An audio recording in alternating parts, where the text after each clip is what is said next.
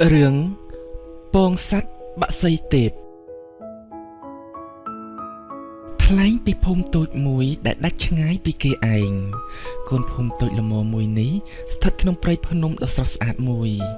ឯជីវភាពរបស់មនុស្សម្នាដែលរស់ក្នុងភូមិតូចនេះគឺសុទ្ធតែមានជីវភាពធូរធារពួកគេអាចរស់នៅបានយ៉ាងរីករាយដោយមិនដែលខ្វល់ខ្វាយរឿងអ្វីទេតែសម្រាប់គ្រួសារតូចមួយនេះវិញហាក់មិនបានសប្បាយដូចជាអ្នកភូមិផ្សេងទៀតឡើយហើយកូនផ្ទះតូចល្មមមួយនេះជាទីស្នាក់នៅរបស់ឪពុកកូន2នាក់ត្បិតពួកគេ2នាក់ឪពុកកូននេះមានជីវភាពសមល្មមអាចរស់នៅបានដោយមិនបាច់ខ្វល់ខ្វាយរឿងហូបចុក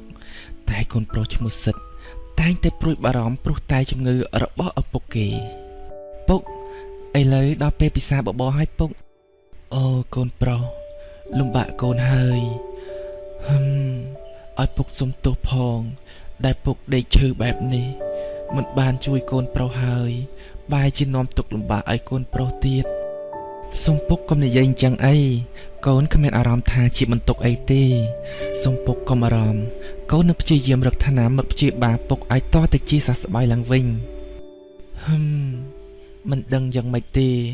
មិនក៏ជំងឺពុកមិនជាសះស្បើយសោះអញ្ចឹងពុកដូចជាគ្មានសង្ឃឹមថាជាឡើងវិញឡើយបើគិតទៅពុកដូចជាឈឺយូរឆ្នាំណាស់មកហើយកូនអត់ទេពុកប្រកាសជាសះស្បើយឡើងវិញមិនថាប្រើវិធីអីទេកូននឹងព្យាបាលពុកឲ្យជាសិត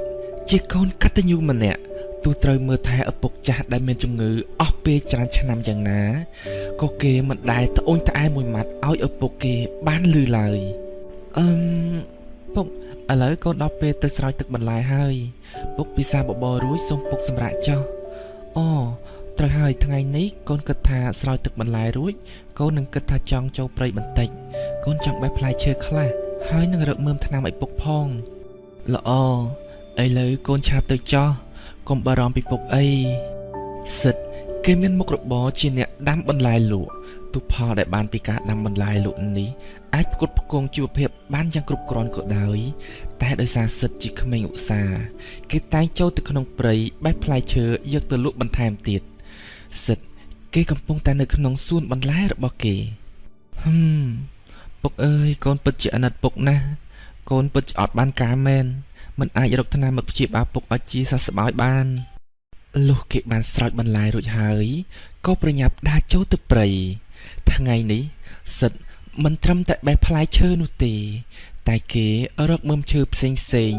ដែលអ្នកភូមិជិតខាងបានណែនាំឲ្យរកមកដាំឲ្យឪពុកគេផឹកថ្ងៃនេះខ្ញុំត្រូវរកមើមថ្នាំឲ្យបាន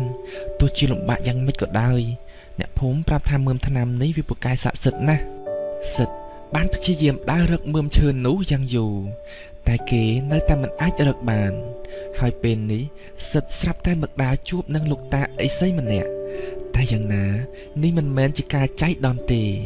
គឺលោកតាអេសីម្នាក់នេះគាត់បានដឹងពីភាពកតញ្ញូរបស់សិទ្ធិចំពោះឪពុករបស់គេគាត់ក៏មកនិមិត្តខ្លួនឡើងចំពោះមុខសិទ្ធិដូចជាចៃដន្យអូលោកតាទៅណាមកណាមិនក៏មកដល់ព្រៃជ្រៅយ៉ាងនេះអូតែខ្ញុំមើលទៅលោកតាដូចជាមិនមែនជាមនុស្សធម្មតាទេលោកតាជាលោកតាអេសីមែនទេអូចៅប្រុសមែនហើយតាជាអេសីតាបានតាំងសិលនៅក្នុងព្រៃនេះជាយូរណាស់មកហើយតែចៅប្រុសចៅទៅណាបានជាមកដល់ទីនេះជាព្រៃជ្រៅណាស់បើគ្រាន់តែរកអស់ឬរកចំណីចៅដូចជាមិនចាំបាច់អីចូលមកដល់ទីនេះទេអូលោកតា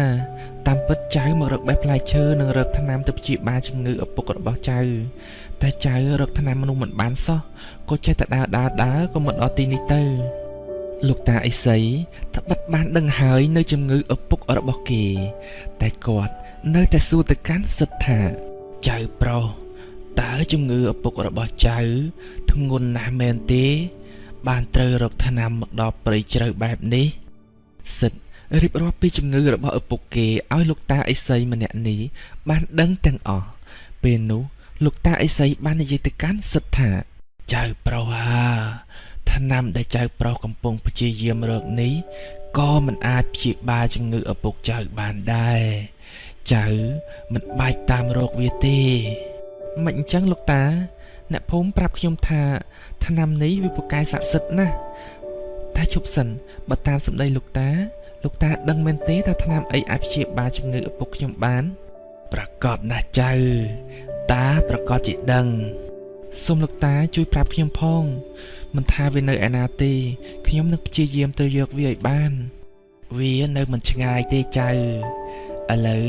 ចៅឆាប់មកតាមតាមកសិតគេត្រេកអរខ្លាំងណាស់គេប្រញាប់ដើរទៅតាមលោកតាឥសីម្នាក់នោះមិនយូរប៉ុន្មានក៏មកដល់នៅចំពោះមុខលោកតាឥសីនិងសិតគឺជាពងសត្វពណ៌មាសដ៏ធំចម្លែកមួយសិតប្រញាប់និយាយទៅកាន់លោកតាឥសីតើនេះជាអ្វីនឹងលោកតាមើលទៅវាដូចជាពងសត្វតែតើពងសត្វអីមិនក៏ធំម្ល៉េះវាប៉ុននឹងផ្លែដូងមួយទៅហើយនៅមានទៀតតើវាអាចព្យាបាលជំងឺឪពុកចៅយ៉ាងម៉េចទៅលោកតាចៅប្រុសនេះជាពងសត្វពិតមែនតែមិនមែនជាពងសត្វធម្មតាទេវាជាពងសត្វទេពម្យ៉ាងសត្វទេពនេះវាកម្រនឹងពងណាស់100ឆ្នាំទើបអាចពងម្ដងហើយពងនេះសត្វទេពទើបនឹងបានពងប៉ុន្មានថ្ងៃនេះប៉ុណ្ណោះក្នុងពេលនេះពងនឹងវានៅជាមាសសុទ្ធនៅឡើយទេបើចៅចង់ព្យាបាលជំងឺឪពុកចៅគ្រាន់តែយកពងនេះទៅស្ងោរក្នុងឆ្នាំងធំមួយហើយយកទឹកវាឲ្យទៅឪពុកចៅផឹកបន្តិចនោះជំងឺគាត់នឹងជាសះស្បើយភ្លាមតែពងនេះវាលែងជាមាសទៀតហើយឬក៏ចៅអាចយកពងមាសនេះទៅប្រើប្រាស់ដើម្បីក្លាយជាអ្នកមានក៏បានដែរវាគឺជាពងមាសសុទ្ធដូច្នេះចៅអាចនឹងក្លាយជាអ្នកមានដាច់គេសូមចៅឆាប់យកវាទៅតាន់សត្វទេពនោះមិនតាន់មកវិញសិតពេលបានលើការរៀបរាប់របស់លោកតាឥសីគេហាក់លែងសប្បាយចិត្តហើយក៏ប្រញាប់និយាយទៅកាន់លោកតាឥសីថាអត់ទេលោកតាខ្ញុំមិនអាចយកពងនេះទៅបានទេមិនថាយកទៅដើម្បីធ្វើជាអ្នកមានដាច់គេឬក៏យកទៅដើម្បីព្យាបាលជំងឺរបស់ឪពុកចៅឡើយសត្វទេពនេះត្រូវឆ្លងកាត់ការរងចាំយូរណាស់ដល់ទៅរាប់រយឆ្នាំមុនពេលអាចពងបានពងមួយនេះសត្វទេពនោះមិនដឹងត្រូវឆ្លងកាត់រឿងអ្វីខ្លះទេតើសត្វនោះនឹងត្រូវខ្លោចផ្សាចិត្តយ៉ាងណាទៅបាននៅពេលមកដល់វិញស្រាប់តែមិនបានឃើញពងរបស់ខ្លួននោះចៅយល់ថាត្រឹមតែព្យាបាលជំងឺឬក៏ដើម្បីក្លាយជាអ្នកមាននោះវាពិតជាមិនស័ក្តិសមឲ្យសត្វទេពមួយនោះត្រូវមកលះបង់ធំដល់ម្លឹងឡើយហើយចៅក៏ជឿដែរថាពុករបស់ចៅគាត់ក៏គិតដូចខ្ញុំដែរគាត់សុខចិត្តស្លាប់ក៏មិនអាចឲ្យអ្នកផ្សេងត្រូវមករស់រងទុក្ខឡើយអាយ៉ាចៅប្រុសពិតជាមនុស្សមិនងាយបានជួបទេមនុស្សដូចជាចៅប្រុសតាពិតជាមិនខកចិត្តឡើយដែលចេញមកជួបចៅនេះគ្រាន់តែជាការសាកល្បងរបស់តាប៉ុណ្ណោះចៅពិតជាមនុស្សមានចិត្តល្អបរិសុទ្ធមែនបានហើយរឿងជំងឺរបស់ឪពុកចៅចាំតាជួយចោះហើយតាធានាថាមិនប៉ះពាល់ដល់ជីវិតផ្សេងទៀតឡើយពិតឬលោកតាខ្ញុំសប្បាយចិត្តខ្លាំងណាស់ថ្នាំគឺនៅក្នុងថង់នេះហើយចៅសូមចៅយកវាទៅចោះចៅអរគុណលោកតាខ្លាំងណាស់តែមិនក៏ធ្ងន់ម្ល៉េះលោកតាសិតគេបានព្យាយាមបើកស្បោងនោះមើលគេហាក់ភ្ញាក់ផ្អើលរួចនិយាយទៅកាន់លោកតាឥសីលោកតានេះជាដុំថ្មតើវាពិតជាអាចព្យាបាលជំងឺបានមែនទេលោកតាប្រកាសណាស់ចៅ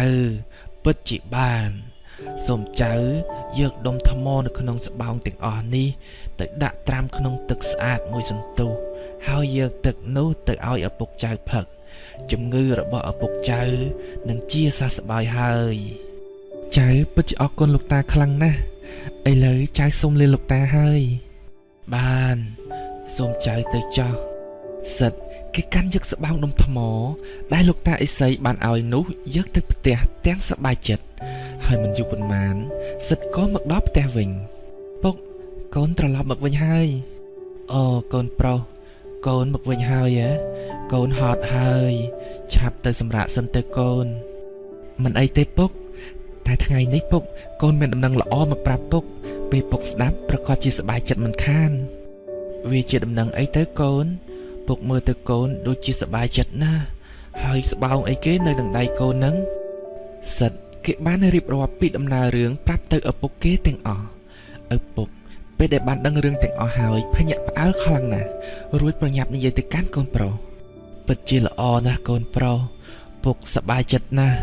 មិនមែនដោយសារកូនបានថ្នាំមកព្យាបាលពុកទេតែពុកសប្បាយចិត្តដោយសារកូនមិនមែនជាមនុស្សលោភលន់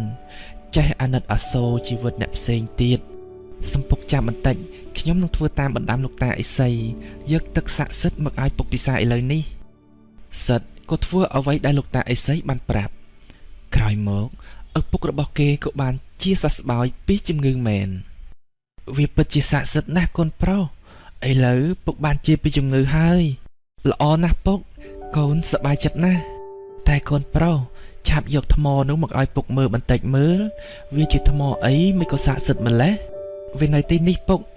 វាគ្រាន់តែជាដុំថ្មធម្មតាទេអត់ទេកូនប្រុសនេះមិនមែនជាដុំថ្មធម្មតាទេវាគឺជាដុំមាសណាកូនប្រុសវាស្អាតខ្លាំងណាស់ហាគឺពិតមែនតែមិញនេះវានៅជាដុំថ្មធម្មតាអន្តាអូពុកយល់ហើយនេះប្រកាសជាអំណោយដែលបានមកពីចិត្តល្អបរិសុទ្ធរបស់កូនលោកតាអេសីម្នាក់នោះគាត់យល់ថាថ្នាំព្យាបាលជំងឺរបស់ពុកនៅមិនទាន់ស័ក្តិសមនៅឡើយទេទើបគាត់សម្រេចឲ្យដុំមាសយ៉ាងច្រើនមកឲ្យកូនថែមទៀតមិនថាយ៉ាងណាទេពុកបានជាសះស្បើយពីជំងឺទើបជាបំណងប្រាថ្នាធំរបស់កូនតែឥឡូវពួកយើងទទួលបានមាសដ៏ច្រើនបែបនេះកូនយល់ថាកូននឹងយកមាសទាំងនេះទៅជួយដល់អ្នកភូមិណាដែលជួបទុក្ខលំបាកហើយត្រូវការជំនួយហើយការជួយដល់អ្នកភូមិផ្សេងទៀតដែលជួបទុក្ខលំបាកនេះកូនជឿថាវាក៏ជាបំណងប្រាថ្នារបស់លោកតាអេសីដែរល្អណាស់កូនប្រុសក្រោយពីបរិះជាឪពុកបានជាសះស្បើយពីជំងឺពីអ្នកឪពុកកូននេះពួកគេក៏អាចរស់នៅក្នុងជីវិតដ៏រីករាយបំផុតឯអ្នកភូមិផ្សេងទៀតពេលដែលជួបទុក្ខលំបាកពួកគេតែងត្រូវបានសិទ្ធិនិងឪពុកជួយជានិច្ចអ្នកភូមិពិតជាស្រឡាញ់ពីអ្នកឪពុកកូននេះណាស់ហើយមនុស្សម្នាដែលរស់នៅក្នុងភូមិតូចនេះពួកគេអាចរស់នៅបានយ៉ាងសុខសាន្ត